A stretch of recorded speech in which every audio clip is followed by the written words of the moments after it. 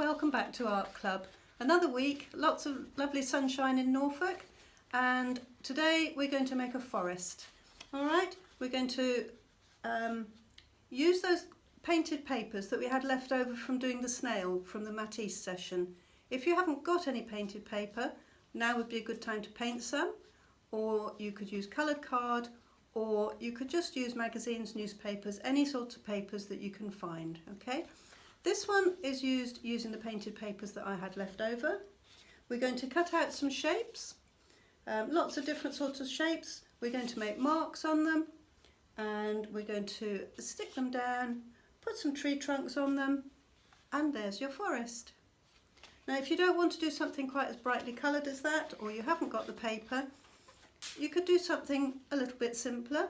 Using white paper, you can cut out some shapes, you can draw marks on, or you could use your paints to make marks on, and still stick them down, put their tree trunks on, and have a simpler forest. Alright, let's get going.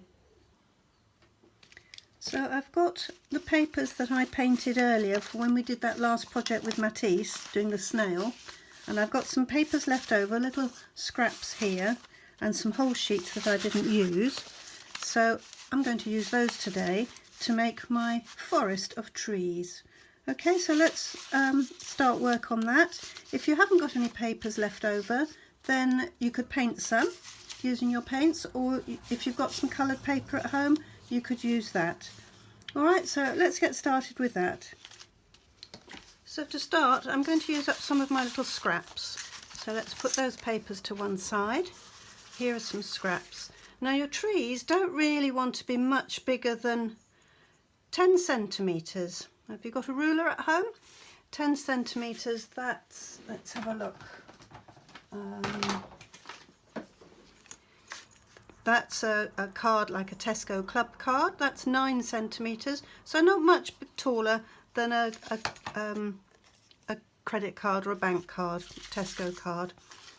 Okay, so what I'm going to do first is, well, I quite like this idea to just draw, that's probably a bit too thick actually, to draw round a coin,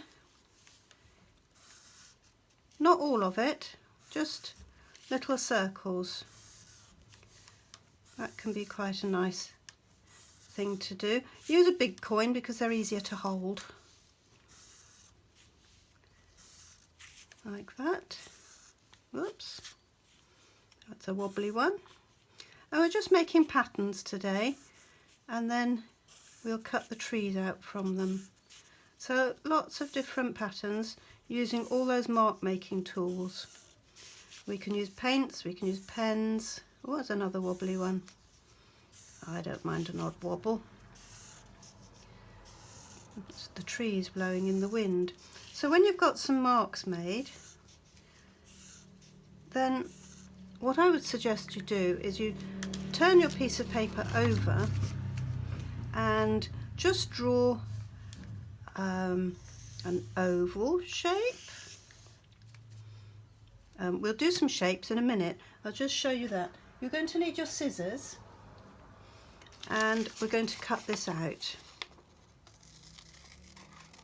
So this is more good practice for cutting out. When we did the snail, we were cutting out sharp lines, weren't we? Straight lines. So today we're going to learn how to cut and practice cutting curved lines to make our trees. So that, you see, could be a tree, couldn't it? We'll draw the trunks later. So different shapes for trees.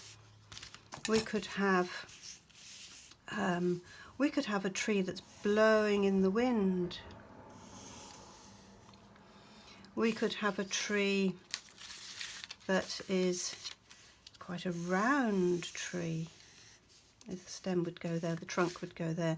We could have a tree that was a wobbly shaped tree. Okay, so those are on the back, but on the front we'll just make some marks. Okay, so I'm going to put some paint out and have a bit of fun with some paint.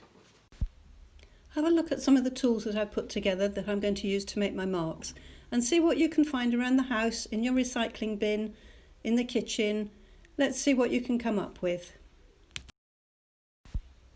So here I've just got the end of the pencil with the rubber on it. I'm dipping the rubber into the paint and just making dots, that's quite a fun one to do. And this is a cardboard tube, a little small cardboard tube, just stamping that on to make overlapping circular pattern.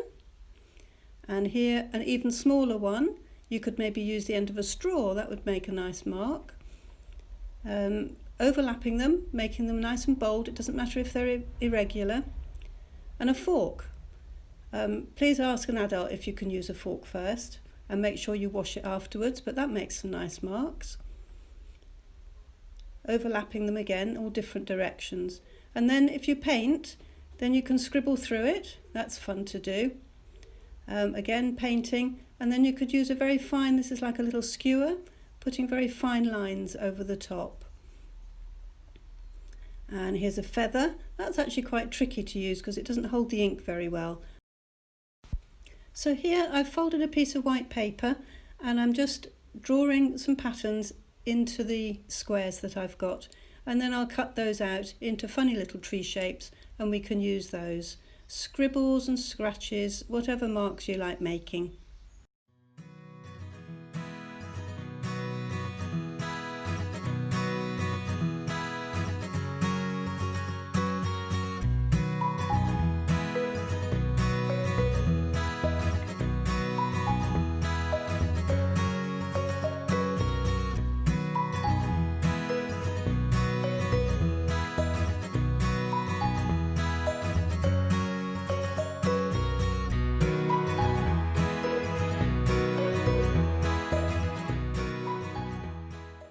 Now I'm going to draw on the back of my painted bits of paper, and I'm going to cut the shapes out. So I've got a wobbly line shape, I've got a leaf shaped tree there, that's a little bit of an elongated one and another long thin one. So whatever shapes you like, a little sort of zigzaggy tree. So lots and lots of different shapes. That's one blowing in the wind, and lots of shapes there. Now we need to place our shapes onto our paper and make a nice arrangement. So play around with that before you start sticking them down. I've used some brown paper because I think that's a nice background for the trees. You use whatever you like or whatever you've got at home.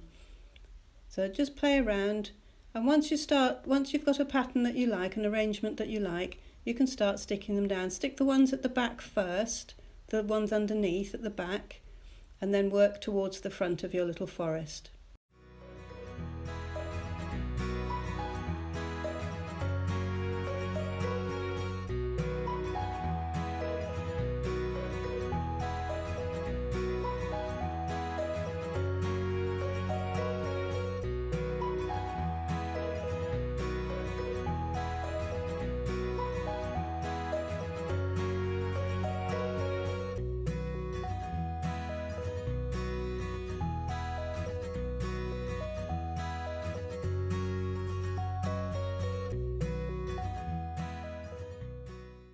Once your trees are all stuck down, find a black marker and put your tree trunks on.